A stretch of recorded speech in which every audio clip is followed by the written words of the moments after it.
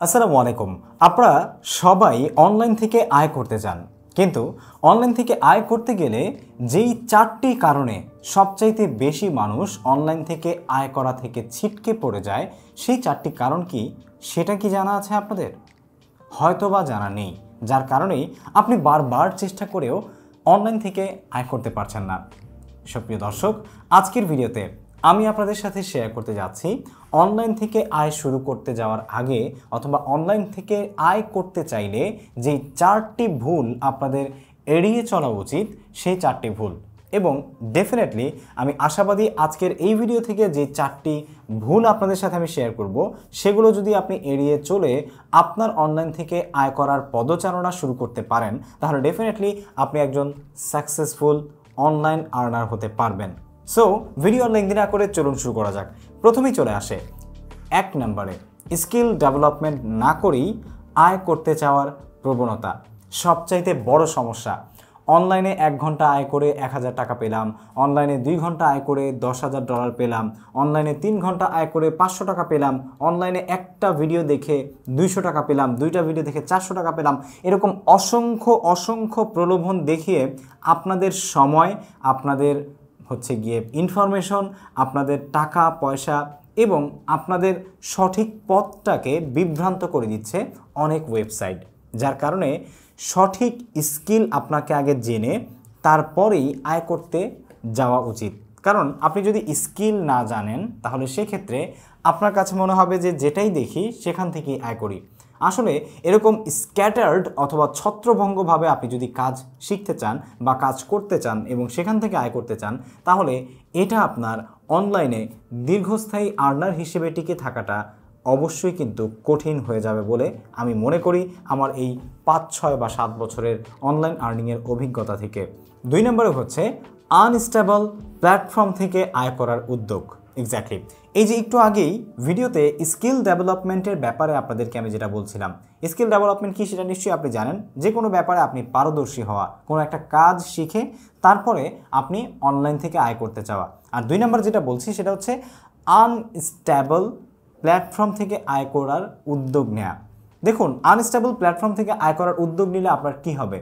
এমন অনেক বা অসংখ্য প্ল্যাটফর্ম আছে, এমনকি মাইক্রো জব ওয়েবসাইটও আছে, যেগুলো থেকে আপনি হয়তো বা 7 দিন বা 1 মাস কাজ করে সেখান থেকে কিছু অর্থ হয়তো উপার্জন করতে পারবেন।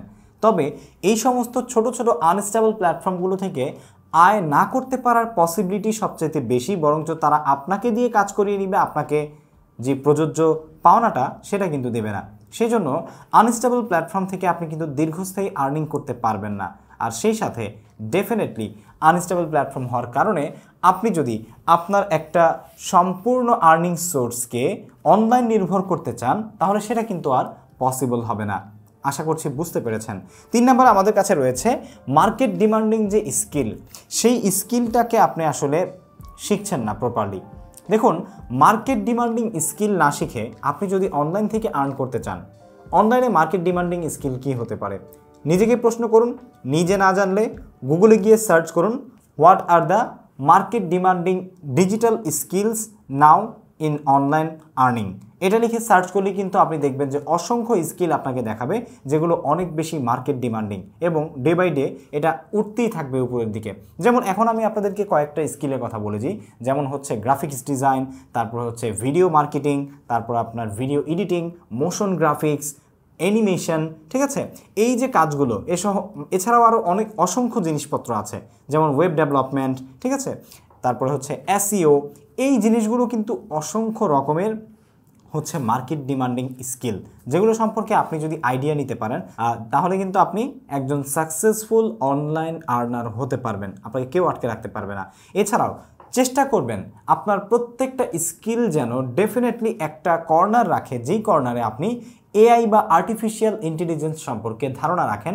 আপনার সেই নির্দিষ্ট স্কিলকে কাজে লাগিয়ে এআইকে ইন্টিগ্রেট করে বা সমন্বয় করে আপনার কাজটাকে যুগের সাথে তাল মিলিয়ে আপনার স্কিলটাকে সমন্বয় করতে, ঠিক আছে? এটা যদি আপনি করেন, তাহলে কোনো কাজে, কোনো স্কিলেই কেউ আপনাকে আর পেছনে ফেলতে পারবে না, যেটা খুবই গুরুত্বপূর্ণ বলে আমি মনে করি। এবং ফাইনালি 4 নম্বরে যে ভুলটা আমি আপনাদেরকে বলবো, সেটা হচ্ছে একটি আর্নিং সোর্স নিয়েই পড়ে থাকা। আমরা অনেকেই জানি যে আমরা যখন কোনো কাজ শিখি অনলাইন থেকে আর্ন করার উদ্দেশ্যে, তখন কিন্তু ডেফিনেটলি আমরা যে কোনো একটা কাজে হয়তো বা ভালো করে ফেলি। হয়তো বা সেটা হচ্ছে আমি গ্রাফিক্সের একটা মার্কেট প্লেসে ভালো একটা মানে প্রোফাইল তৈরি করে ফেলেছি এবং সেখানে ভালো কাজও পাচ্ছি। শুধু ওই জায়গায় আপনি ফোকাস করে থাকবেন না, ডেফিনেটলি আপনি চেষ্টা করবেন আপনার সেই প্রোফাইলটাকে এবং সেই প্রোফাইলের অভিজ্ঞতাগুলোকে কাজে লাগিয়ে মাল্টিপল যে মানে ওয়ে আছে সেই ওয়েগুলোকে তৈরি করতে। Profile, multiple way, multiple way, multiple way. আপনি চেষ্টা করবেন মাল্টিপল সোর্স থেকে আপনার আর্নিং রাখা, কারণ অনেক সময় দেখা যাবে যে কোনো না কোনো কারণে আপনার যে প্রোফাইলটা খুবই ভালো, সেই প্রোফাইলটা হয়তো বা নির্দিষ্ট একটা সময়ের জন্য ভালো পারফর্ম করছে না, কিন্তু যদি আপনি মাল্টিপল সোর্স রাখেন তখন সেই সোর্সগুলো কিন্তু আপনাকে সাপোর্ট দিবে যে না, কোনো সমস্যা নেই, আমরা আছি, তুমি এখানে একটু দুর্বল থাকলেও এখান থেকে আমরা সাপোর্ট দিব। ঠিক আছে?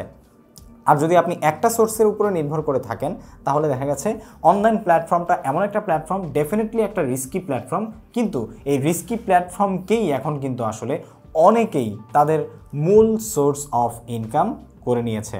যেমনটা আমি নিজেই, আমি কিন্তু এখন ফুল টাইম কন্টেন্ট ক্রিয়েটর, পাশাপাশি ইউনিভার্সিটিতে পড়াশোনা করছি যেটা প্রায় শেষের দিকে। আর এরপরে আমি আমার ফুল টাইম কন্টেন্ট ক্রিয়েশনকে আরও বেশি এফোর্ট দিয়ে ভালো করার চেষ্টা করব এবং সেটাকে অন্যান্য সোর্স দিয়ে আরও ইন্টিগ্রেট করার চেষ্টা করব। ঠিক আছে? সো আই হোপ আপনারা বুঝতে পেরেছেন যে অনলাইন থেকে আয় করার ক্ষেত্রে বা আয় করা শুরু করার ক্ষেত্রে যে 4টি ভুল আপনি এড়িয়ে চলা উচিত, সেই ভুলগুলো কী কী।